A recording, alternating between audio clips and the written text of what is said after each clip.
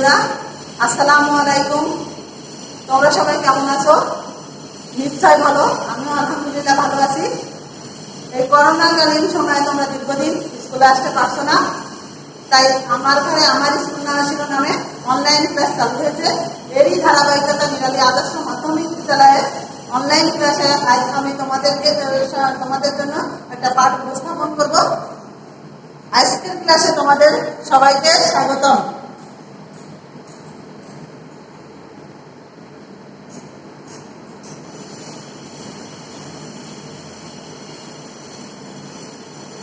প্রথমে আমি আমার পরিচয় দিয়ে নিই। আমি তারানারায়ণী আন্ডু, সহকারী শিক্ষক, নিরালা আদর্শ মাধ্যমিক বিদ্যালয়, খুলনা সদর খুলনা। এবং আমি আজকে সপ্তম শ্রেণীর তথ্য যোগাযোগ বিষয়ে একটি পাঠ উপস্থাপন করব।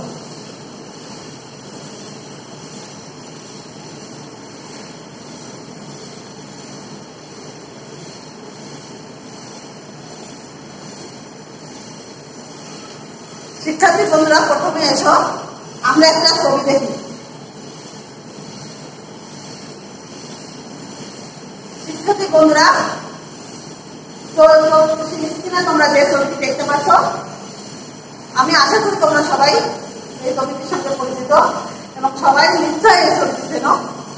এবং আমার হাতেও তোমরা একটু লক্ষ্য করো, ঠিক ওরকম একটা ডিভাইস আছে, যে ডিভাইসটির সঙ্গে তোমরা সবাই পরিচিত। তোমরা সবসময়ের জন্য এই ডিভাইসটি নিয়ে তোমরা নাড়াচাড়া করো। তোমাদের অনেকেরই বাসায় এরকম একটা ডিভাইস আছে। তোমরা নিশ্চয়ই এতক্ষণে তোমরা বলতে পারছো এই ডিভাইসটির নাম কি। যেহেতু তোমরা আমার সামনে নাই, তাই তোমাদের কথা তো আমি শুনতে পারছি না, তাই আমি বলে দিই এই ডিভাইসটির নাম হচ্ছে কিবোর্ড। তাই এসো বন্ধুরা, আজ আমরা কিবোর্ড নিয়ে আলোচনা করবো। কিবোর্ডের পরিচিতি সম্পর্কে আমরা জানবো।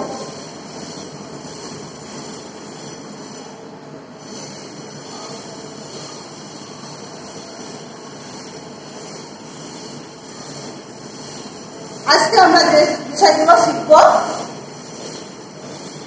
কিবোর্ড কি বলতে পারবে, কিবোর্ডের বিভিন্ন অংশ চিহ্নিত করতে পারবে, কিবোর্ডের বিভিন্ন কি এর ব্যবহার করতে পারবে।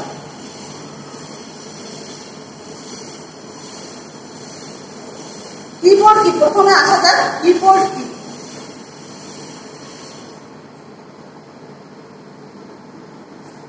কিবোর্ড একটা ইনপুট ডিভাইস। কম্পিউটারে ইনপুট কার্যক্রম নিয়ন্ত্রণ করার জন্য যে ডিভাইসের নির্দেশনা দেওয়া হয় তাকে কিবোর্ড বলে।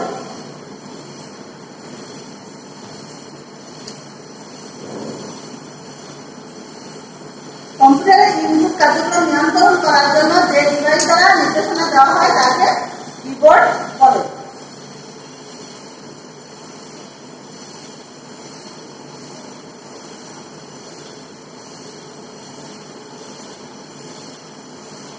কম্পিউটারে নির্দেশ দেওয়ার জন্য সবচেয়ে বেশি ব্যবহৃত ইনপুট ডিভাইস হচ্ছে কিবোর্ড। তাছাড়া কিবোর্ড ওর প্রসেসিং কাজে ব্যবহৃত প্রধান যন্ত্র। অপারেটিং সিস্টেম থেকে শুরু করে অ্যাপ্লিকেশন সফটওয়্যারের প্রতিটি ক্ষেত্রে কিবোর্ড অত্যাবশ্যকীয় ভূমিকা পালন করে। এবার আসা যাক কিবোর্ডের প্রত্যেকটা কি সম্পর্কে আমরা একটু জেনে নিই।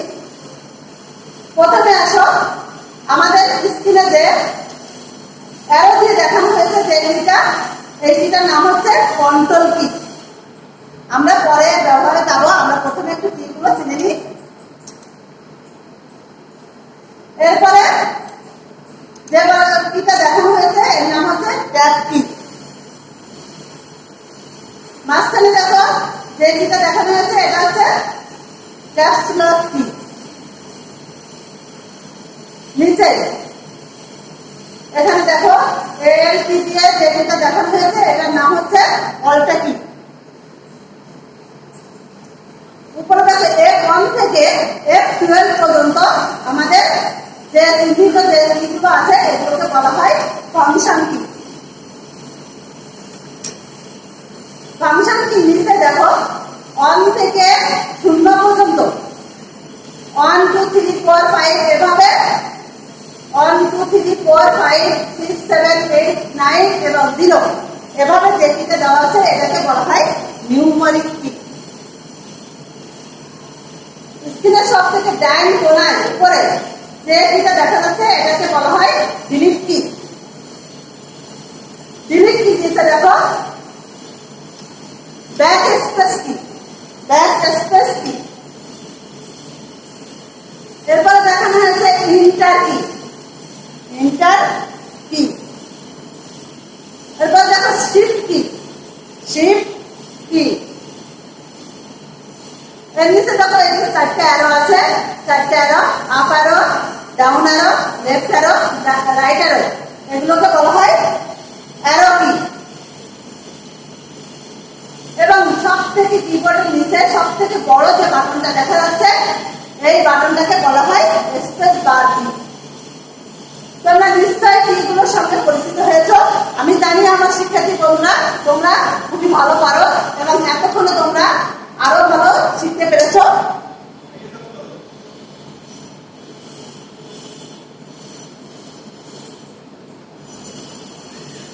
এবার আমরা আসি কিগুলো, আমরা এতক্ষণ যে কিগুলো দেখলাম এই কিগুলোর ব্যবহার আমরা একটু জেনে নিই। আমরা প্রত্যেকে জানি, তারপরে আরো একটু ভালো করে সবাই একটু মনোযোগ সহকারে দেখি যেন আমরা ভালো করে দেখতে পারি। কিবোর্ড সম্পর্কে আমাদের প্রত্যেকের পুঙ্খানুপুঙ্খ রূপে ভালোভাবে জানা দরকার, তার মধ্যে আমরা ব্যবহার করতে গিয়ে অনেক সমস্যার সম্মুখীন হই। স্ক্রিনের সব থেকে নিচে, কিবোর্ডের সব থেকে নিচে যে বড় বাটনটা আছে যেটাকে আমরা একটু ফোকাস করে দেখাচ্ছি, এই কির নাম হচ্ছে স্পেস বার কি। স্পেস বার কি হচ্ছে এই কি দিয়ে হচ্ছে কিবোর্ডের সবচেয়ে নিচের সারি সবচেয়ে বড় কি হচ্ছে নাম স্পেস বার কি। দুটি ওয়ার্ডের মাঝে এক ঘর ফাঁকা জায়গা রাখার জন্য এই কি ব্যবহার করা হয়।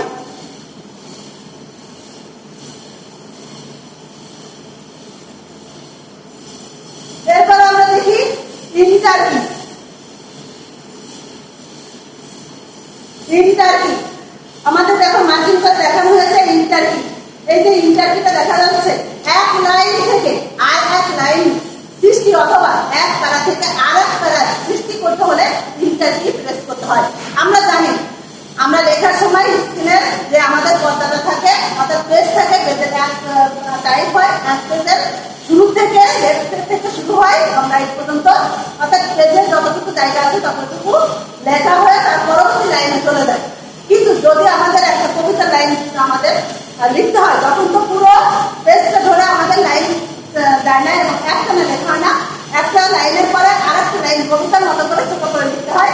তখন আমরা এক লাইন থেকে আর এক লাইনে করার জন্য, প্যারা তৈরি করার জন্য আমরা ইন্টার কি ব্যবহার করে থাকি।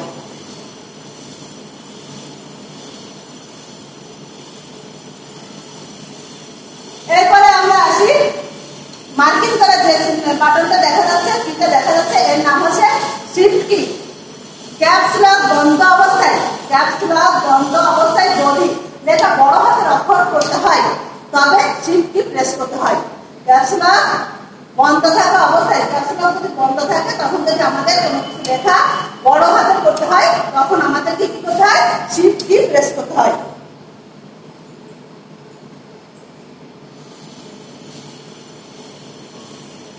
এরপরে আমরা আসি ব্যাক স্পেস কি। ব্যাক স্পেস কি, এই ব্যাক স্পেস কি লেখা মোছার জন্য এই কি ব্যবহার করা হয়। কার্সার যেখানে থাকে তার বাম পাশে লেখা, কার্সার যেখানে থাকে অর্থাৎ একটা দাগের মতো, আমরা যখন কোনো প্রোগ্রামে যাই তখন প্রোগ্রামের ভিতর একটা দাগের মতো আসে, উঠতে নামে জ্বলতে দেখতে থাকে, ঠিক জোনাকি পোকার মতো উঠতে নামতে থাকে, ঠিক ওই দাগটাকে বলা হয় কার্সার কি।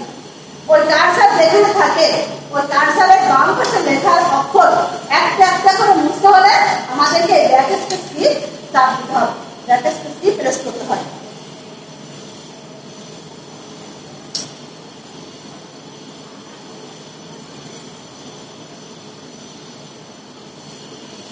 এরপরে আমরা আসি মার্কিং করা যে কি দেখা যাচ্ছে এটাকে বলা হয় ক্যাপস লক কি।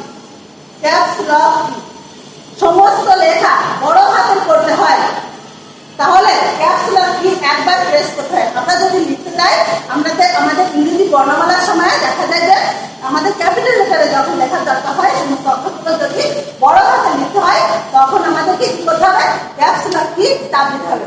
আবার ছোট হাতের করতে হলে আর একবার ক্যাপস লক কিতে প্রেস করতে হবে। কিন্তু বাংলা লেখার সময় আমরা ক্যাপস লক কি দিলে আমাদের বাটনের আমাদের উপরের যে লেখাগুলো আমরা জানি, প্রত্যেকে জানি বাংলা এক একটা কিতে দুটো করে অক্ষর থাকে, আমাদের উপরের যে লেখার অক্ষরটা ওটা লিখতে হলে ক্যাপস লক দিতে হয়। কিন্তু আমাদের সরাসরি কি করতে, ইংরেজি লেখা বর্ণমালা থাকে এবং ইংরেজি বর্ণমালা বড় হাতের লেখা লিখতে গেলে সবগুলো বড় হাতের ক্যাপিটাল লিখতে হলে আমাদের ক্যাপস লক কি প্রেস করতে হয়।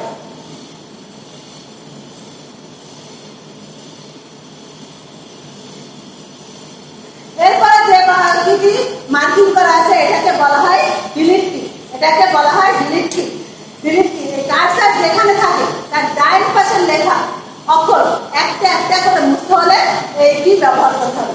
ডিলিট করতে অর্থাৎ আমাদের যখন কোনো প্রোগ্রামের মাঝে কার্সার থাকে, কার্সারের ডাইন দিকের অক্ষরগুলো যদি আমাদের মোছার প্রয়োজন হয় তখন কি করব, ডিলিট কিতে প্রেস করব। ডিলিট কি প্রেস করলে একটা একটা করে অক্ষর মুছে যাবে।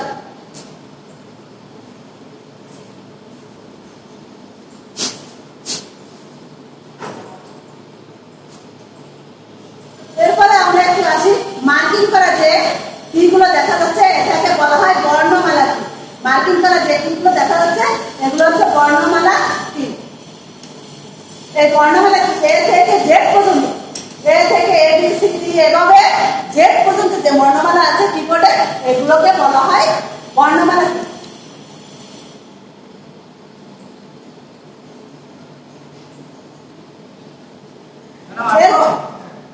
এরপরে মার্কিং করা যে কিগুলো দেখা যাচ্ছে 1 থেকে 0 পর্যন্ত 1 2 3 4 5 6 7 8 9 এবং 0 এই যে কিগুলো দেখা যাচ্ছে এগুলোকে বলা হয় সংখ্যা সূচক কি। এগুলোকে বলা হয় সংখ্যা সূচক কি। আমাদের যদি সংখ্যা লিখতে হয় তখন আমরা এই কিগুলো প্রেস করতে হবে।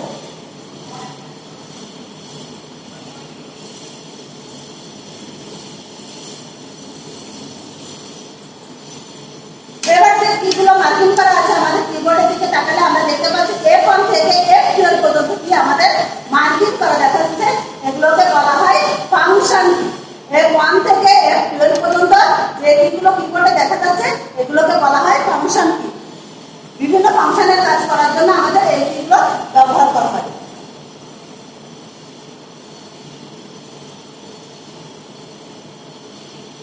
আমরা এতক্ষণ কিবোর্ডের বিভিন্ন কি সম্পর্কে এর ব্যবহারগুলো জানলাম।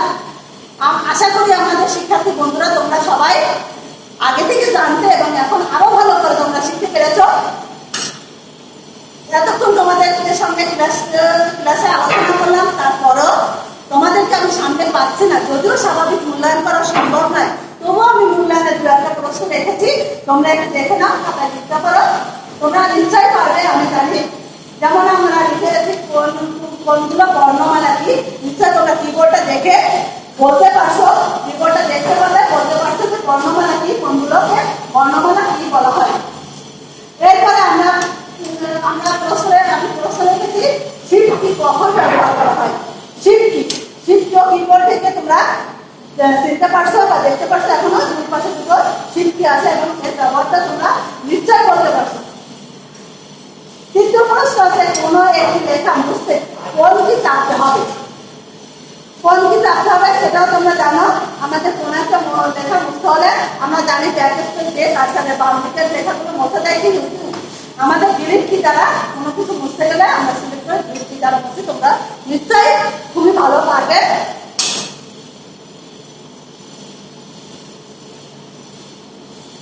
তোমাদেরকে আমি সামনে পেলাম না ক্লাসে, তো তোমাদেরকে সরাসরি ক্লাসে পাওয়া সম্ভব নয়, তবুও তোমাদের জন্য আমি একটা কাজ রেখে দিলাম, বাড়ির কাজ। তোমরা নিশ্চয় বাড়িতে বসে এই কাজটি করবে এবং স্কুল খুললে আমার কাছে তোমরা খাতাটা দেখিয়ে নেবে।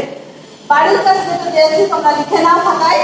কিবোর্ডের চিত্র অঙ্কন করে বিভিন্ন অংশ চিহ্নিত করো। নিশ্চয় তোমরা জানো আমাদের ব্যবহারিক 25 নাম্বার আছে এবং এই কাজটা আমরা ব্যবহারিক বেশিরভাগ সময় ব্যবহারিক দিয়ে থাকি এবং আজকে যে ক্লাসটা নিলাম এরপরও আমাদের বহু নির্বাচনী প্রশ্ন হয়ে থাকে। কিবোর্ডে অনেক প্রশ্ন হয়, তোমরা নিশ্চয় ভালো করে শিখবে। এবং কিবোর্ড এমন একটা বিষয় যে সবার জন্য আমাদের বর্তমান যে ডিজিটাল যুগে কম্পিউটার সবসময়ের জন্য ব্যবহার করা লাগে এবং কিবোর্ডটা ব্যবহার করা লাগে। আমরা ভালোভাবে কিবোর্ডের বা কিগুলো প্রেস করতে জানলে আমাদের কাজ করতে সুবিধা হবে। ঠিক আছে শিক্ষার্থী বন্ধুরা, অনেকক্ষণ ধরে তোমরা ধৈর্য সহকারে ক্লাসটা উপভোগ করলে। আশা করি তোমরা অনেকটা শিখতে পেরেছ এবং তোমরা বাড়িতে বসে ভালোভাবে আরো মনোযোগ সহকারে শেখার চেষ্টা করবে এবং তোমরা সর্বদা সুন্দরভাবে তোমরা সুস্থ সুন্দর থাকবে। বাড়িতে ভালোভাবে তোমরা স্বাস্থ্যবিধি মেনে চলবে এবং সবাইকে নিয়ে সুন্দর থাকো এবং সুস্থ থাকো সেই কামনা করে আজকের ক্লাসে তোমাদেরকে ধন্যবাদ জানাই।